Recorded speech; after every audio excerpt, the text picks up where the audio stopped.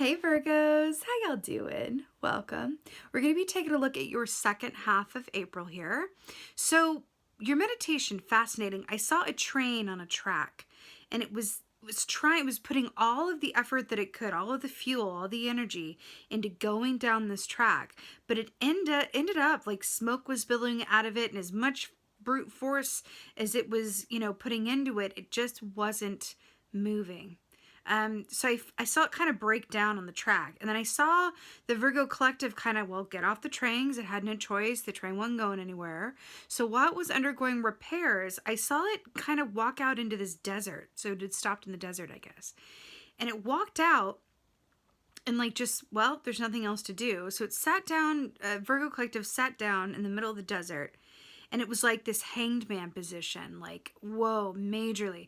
Sat down and was like just in being there and being still, gained so much information. It was kind of the equivalent of like plugging into some battery source or like a power outlet source.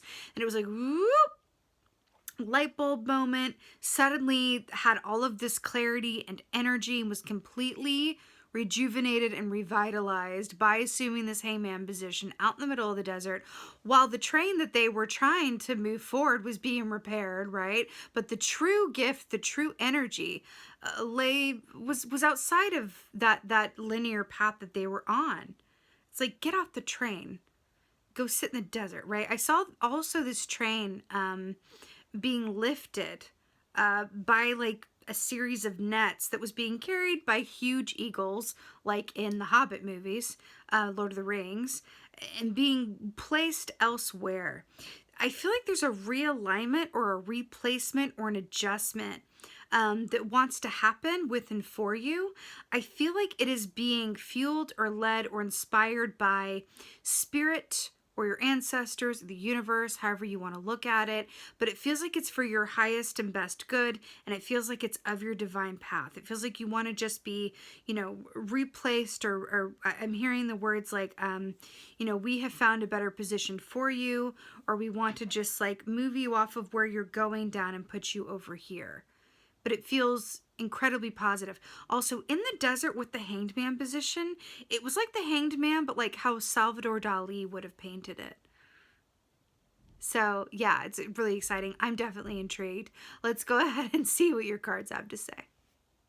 Hey Virgos, let's go ahead and see what your animal energy is for the second half of April. Let's see what's going on for Virgo for second half of April. Ooh, earthworm. It's so good and so poignant. So first of all, we have beautiful earth energy here, given that you guys are an earth sign. That is always auspicious when you get your like element. So earthworm, this is a hybrid energy. So on one hand, it's a page of pentacles energy, which is about new enterprises, beginning a new line of work, starting a new business, shifting your profession from one point to another, the newness, right? New potential, new home, new possibilities that have long-term, major potential behind them, right? It's not just arbitrary. It's not just fly by night. It's like real 5-year plan potential, right? Now, the other aspect of this, the hybrid aspect of it, is also the Fool energy, right? Which is about fresh, brand new starts, new beginnings. The skin of the earthworm here is very delicate. It's that newbie, nubile energy, right? And it's also, the earthworm has 5 hearts as well, which 5 is the number of change. And this also speaks of being really connected to your heart and your soul's purpose. Now, what I'm really taken with this is that earthworms come out after the rain, right? And we saw that train on the track going one way, and then it needed to be repositioned elsewhere so that you could really go and get what you needed on the way to getting to where you thought you were going. Now, in the meditation, I did see y'all get back on the train after it had been repaired, feeling a lot better, and you continued on that train, if anyone was wondering. But it had been repositioned by those eagles. Eagles are direct line to spirit, as well, right? And there's something about that, a spirit being an aid in your journey, right? In terms of like Lord of the Rings, The Hobbit, that hero's journey, the eagles were there as a way to come in and kind of save the day, like a deus ex machina kind of energy. And I feel like that is happening with them for you, which is also very auspicious. So let's go ahead and take a look and see what is going on for Virgos, second half of April. Wow. Okay. Wow. Ooh, let me shift to my seat here. Okay, so we have the Five of Wands here. So remember, the wands rule the realm of the actions that we do or do not take around the work that we love to do and or our interpersonal relationships that inspire us and fuel us, right? Now, the Five of Wands is about that kind of, it's competition. Well, first of all, it's number 5. We just talked about the number 5 with the earthworm being the number of change. So 5 is the magic number here going into this reading. But Five of Wands is about competition. It's that struggle. It's that inner turmoil and tension. But what I'm fascinated by is that felt very much like the train kind of imploding, I should say, on the track and then being repositioned elsewhere. And now how this is shown is very Old Man in the Sea here with, you know, being on this boat on calm waters and then this little boy here letting this goldfish kind of lead the boat. So what I'm hearing here is give way to passive resistance and allow yourself to be redirected and moved. This isn't about you putting in the brunt force and willing yourself ahead. This is about allowing the universe to kind of move you onward organically on the path of least resistance is what I'm getting with this. Surrender to the will of spirit and to the natural cycles. That's what oh, hello. Oh, hello. So we have Sophia. So this is strength because justice and the strength key are reversed here in their numbers. So this is number 11, Sophia, aka strength. We have another goldfish here and a snake here, which is a symbol of transformation and healing.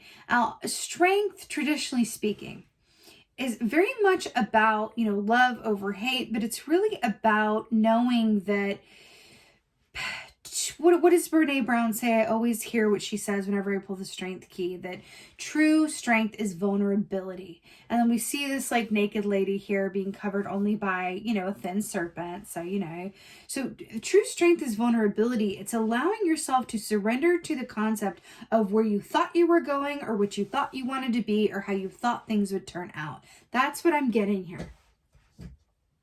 There's a vulnerability in letting go of control and going, okay, spirit, place me wherever you want to place me because I want to feel a certain way. And me trying to push this train down this given track is not eliciting the feel goods that I want to feel. Now, this can be your work. This can be your interpersonal relationships. This can be your relationship with yourself, whatever this is. But it really feels like there is a path of lesser resistance here that is available to you on the other side of relinquishing control.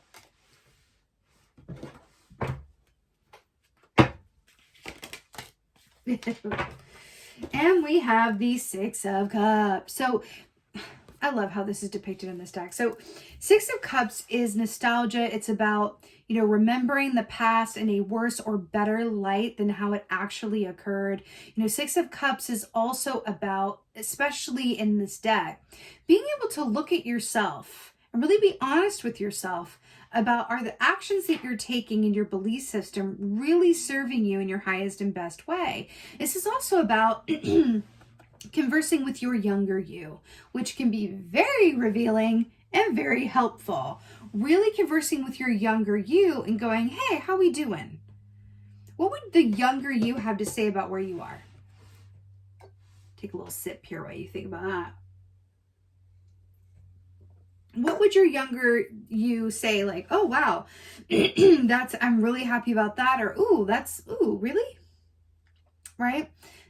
I'm hearing to really go into conference with your younger self, which is interesting because remember I said this was related to the Fool and the Page of Pentacles, which are two young energies as well. Having a conference with your younger self and then looking at yourself clearly in the mirror and seeing like, how have I strayed off of my path?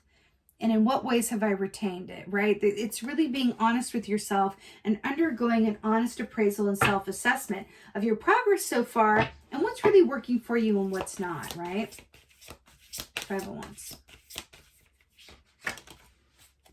Oh, so here for it. So here for it. This is what we're talking about. So we had the Chariot to clarify the Five of Wands, which is so brilliant and perfect because the Chariot is Cancer energy, right? But this is about fast forward, balanced movement on the path to victory, success, and achievement. Hello.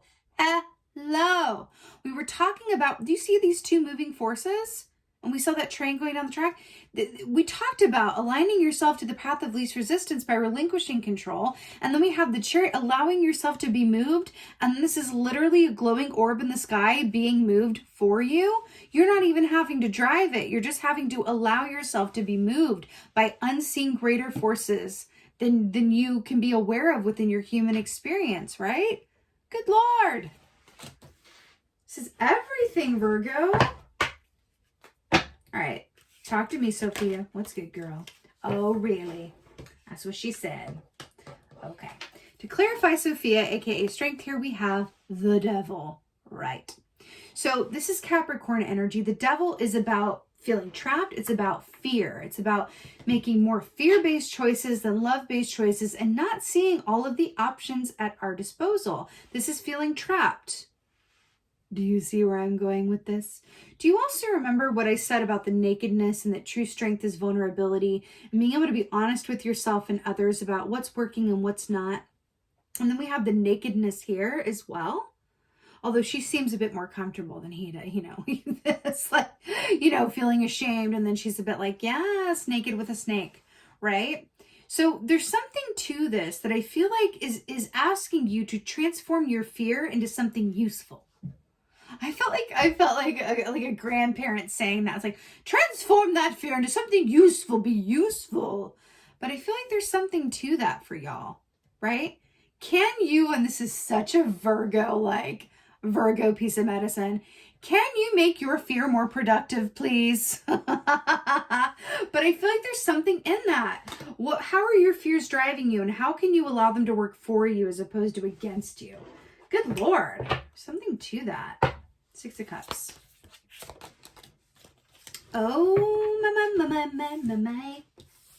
So Seven of Cups to clarify the Six of Cups, one after the other now. So Seven of Cups is about optionality. It's about having a lot of choices and sometimes being a bit trapped in analysis paralysis. But you know what I always think of when I see Seven of Cups is about a dream deferred, which means a dream that you have yet to live or fully realize. What dreams are you deferring? And then she's looking in the mirror. And I said, talk to your younger self and ask how this progress is going. How does your younger self feel about the ABC and the XYZ of your current situation? And doing an honest self-appraisal of that. What is your dream deferred, or what are you putting on the sideline in favor of something that may not be eliciting the good feelings that it should do or that you hoped it would? I also feel like if you do experience overwhelm or analysis paralysis, that the key is to click in with yourself through a younger lens. There's really something to be had there. Just going to shuffle your oracles here. You know, you do have half of your cards are major arcanas. Strength, Chariot, and the Devil. So I do feel like we're really talking about how to move forward outside of your fear and how your abundance could very well be on the other side of your fear as well. Let's go ahead and get a Divine Feathered Messenger Oracle, shall we? I've been using these for spring. I'm so obsessed because they feel like welcoming the new season in. Oh my God, I just got shivvies all over. Oh, I'm so obsessed. Woodpecker. Use your discernment and fortitude to achieve your goals and find a new rhythm. Hello. I'm going to say that again. Use your discernment and fortitude to achieve your goals and find a new rhythm. New rhythm, new rhythm. That is so perfect. Also, look at this woodpecker like sitting over here observing being on this branch, right? something there. Also, I'm getting a last note. There's something about the past that needs to be relinquished, or let it go and it'll come back to you. I keep hearing that. Let it go and it'll come back to you. I'm getting that in terms of like a dream deferred as well. It's like, let go of that dream and watch how it comes back in an unexpected way. It's when we release it, or a person even, but I don't want to get into all that. But I feel like there's an aspect of like, even if it's a relationship that's transforming, let it go and then watch it return. There's something about letting go of your expectations, letting go of what you thought it would be, and then watch it come back even better than before. There's something about relinquishing control is the key here. That's what this feels like. It feels like the universe is very much trying to help you out, but you won't let go of the steering wheel. So let go of the steering wheel and then watch and see how like the path of least resistance is the path to what you actually want. Okay. Again, use your discernment and fortitude to achieve your goals and find a new rhythm. Think about that train imploding on the track and you assuming the hangman position in the desert, being lifted away by the eagles and then replaced back on that track and feeling a lot better for it. New rhythm. You can do this, or the universe can step in and impose a series of tower moments.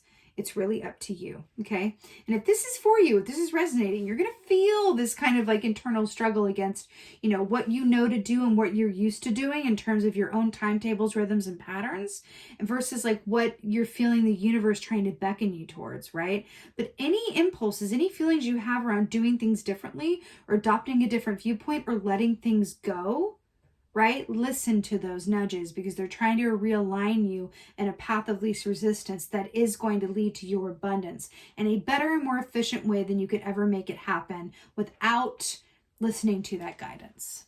Okay, Virgos? I am wishing you a very happy and blessed second half of April. I almost said October. So I feel like that's a message in there. There's something about October for you. I swear I almost just said October. A second half of April for now. Hold on. October is 6 months from now. 6 months, 6 of Cups. There's something about October. Pin that. Remember that. There's something about that. Okay. Right. Spirit's like, not just yet. I so hope that this helped and resonated. If so, please let me know in the comments below. I absolutely love reading your comments. I live for it. Please like, share, and subscribe. If you could go ahead and hit that like button, I would so appreciate you. And most of all, and as always, my beautiful, wonderful, magnificent Virgos, thank you for being you. And be well. Until next time.